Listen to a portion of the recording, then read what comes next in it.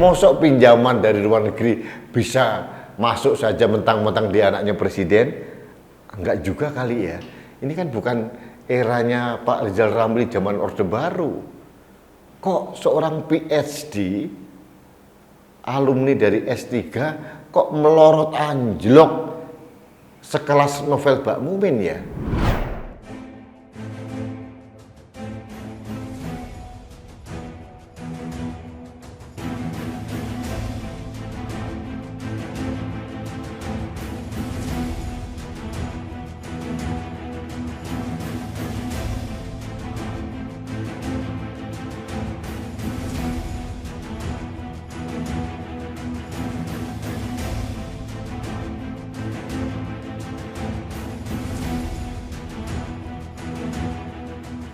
Halo sahabat Indonesia, kita bertemu lagi dalam Opini Rudy.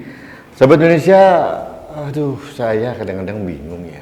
Kenapa sih ya ekonom yang dikategorikan ekonom senior seperti Rizal Ramli, terus kemudian akademisi yang menurut saya dulu termasuk rising star seperti Refli Harun, sekarang kok jadi berubah menjadi aneh ya. Anehnya karena mereka-mereka ini secara tidak sengaja mulai mendegradasikan diri karena pernyataan-pernyataannya dia yang tidak selektif gitu loh. Dan akhirnya orang menyejajarkan mereka, Rizal Ramli dengan Refli Harun, setara atau selevel dengan novel Mbak Mumin. Itu sekjen dari PA 212. Akhirnya orang melihat sama, karena kebetulan ketiga orang ini mempunyai pernyataan yang senada, sama rasa, sama opini terkait dengan putra bungsu Presiden Joko Widodo, Kaisang Pangarep. Nah, apalagi sih yang dikomentari dari Kaisang yang menurut saya fine-fine saja. Anak muda ini berbisnis juga sangat kreatif dengan komunitasnya, membuat startup dan sebagainya, dan tidak pernah mengambil proyek negara. Kok masih salah juga? Nah, ini terkait dengan usaha yang dibangun Kaisang Pangarep dengan teman-temannya pada saat mereka mengambil alih atau membeli 8% saham PT Panca Mitra Multi Perdana. Hanya 8%. Tapi karena peraturan OJK bahwa pengambil alihan atau investasi di atas 5% harus dipublikasikan, akhirnya mereka mempublikasikan akuisisi 8% ini.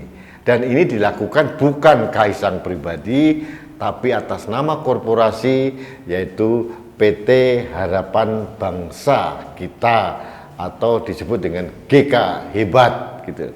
Ini perusahaan patungan dari beberapa orang, salah satunya Kaisang, dan Kaisang di sini menjadi Chief Executive Officer atau CEO dan co-founder dari perusahaan startup ini. Orang berpikir angka akuisisi investasi senilai 92,2 miliar ini uangnya siapa ya? Nah, kalau ini pertanyaan dari saya yang bukan ekonom, pertanyaan dari Ramon yang dia seorang OB, wajar gitu loh. Kalau ini dipertanyakan oleh seorang Rizal Ramli yang ekonom, jadi aneh gitu loh. Sekarang ini, saat ini skema untuk mendapatkan uang dengan korporasi startup itu banyak sekali. Bahkan dari luar negeri banyak sekali yang ingin membiayai startup Indonesia. Nah, kebetulan menurut apa yang saya pelajari, perusahaan Harapan Bangsa Kita ini, GK Hebat ini, mendapatkan pinjaman dari private equity dari Singapura, Walker Strategic Investment, senilai 92 miliar. Kenapa? Pertanyaan gini, kenapa Walker Strategic Investment memberikan pinjaman kepada PT Harapan Bangsa Kita? Artinya ada trust bahwa korporasi yang dibangun Kaisang dan kawan-kawan ini sangat terpercaya dan bisa diandalkan untuk pengembangan market ke pasar ekspor atau pasar global. Artinya kan terpercaya gitu loh. Mosok pinjaman dari luar negeri bisa masuk saja mentang-mentang dia anaknya presiden? Enggak juga kali ya. Ini kan bukan eranya Pak Rizal Ramli zaman Orde Baru. Jadi apa yang diributkan gitu loh. Saya merasa agak risih gitu. Apalagi saya lihat perusahaan GK Hebat ini kan merupakan suatu inkubator yang membantu UMKM gitu ya.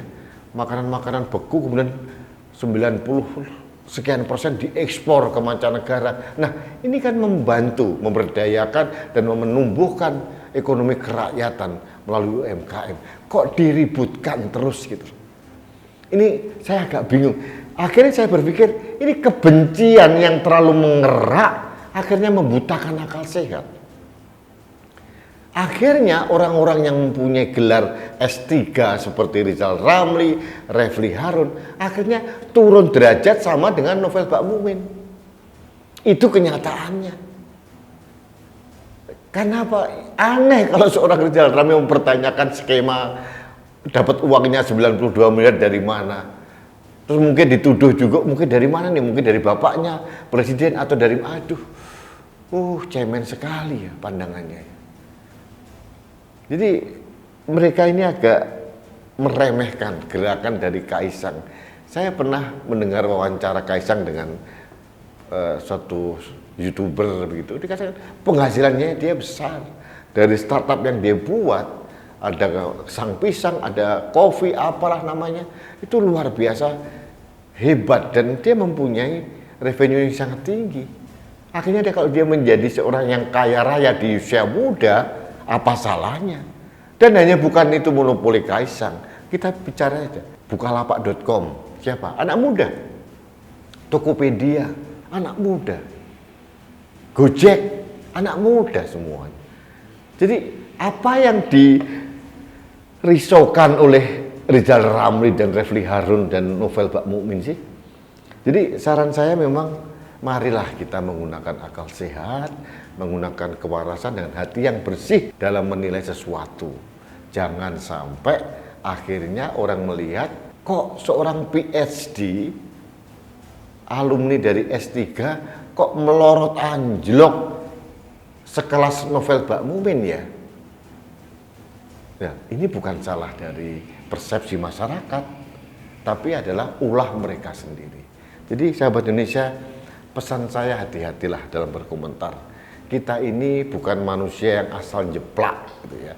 Asal bunyi, asal jeplak sehingga omongan kita tidak ada bobotnya. Pokoknya kalau apapun berita tentang pemerintahan atau Pak Jokowi atau anak-anaknya itu diserang habis-habisan. Ya enggak gitu kali ya. Kita harus objektif juga. Saya selalu ingin mengajak kita semua untuk memotret permasalahan di negeri ini secara objektif, memakai kacamata putih dengan hati yang bersih. Sehingga katakanlah benar kalau itu benar, katakanlah salah kalau itu salah. Itu aja koridornya.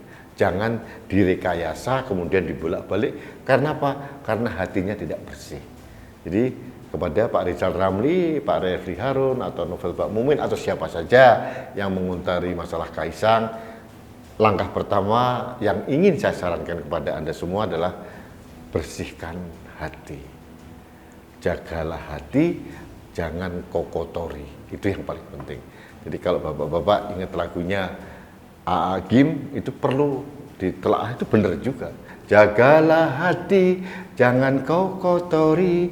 Jagalah hati, lentera hidup ini. Nah, itu kan bagus sekali. Itu lirik lagu yang dibuat oleh A.A. Gim yang dinyanyikan oleh Senada, itu keren gitu. Marilah kita menjaga hati yang merupakan lentera hidup ini. Kalau hati kita tidak dijaga, maka lentera hidup kita akan redup dan kita seperti orang kehilangan akal sehat. Baik sahabat Indonesia, demikian opini saya hari ini. Sekali lagi saya mengucapkan selamat merayakan hari Natal kepada sahabat-sahabat saya, saudara-saudara saya yang beragama Kristen maupun Katolik. Semoga sukacita Natal dan damai Natal selalu beserta Anda dan sekeluarga. dan saya berharap sukacita dan damai selalu beserta kita, bangsa Indonesia. Terima kasih. Tetap jangan lupa selalu menggunakan masker. Karena masker saya melindungi Anda, masker Anda melindungi saya, masker kita melindungi Indonesia. Salam satu Indonesia, salam budaya Nusantara, salam toleransi, salam sehat untuk Indonesia. Saya Rudi S. Kamri.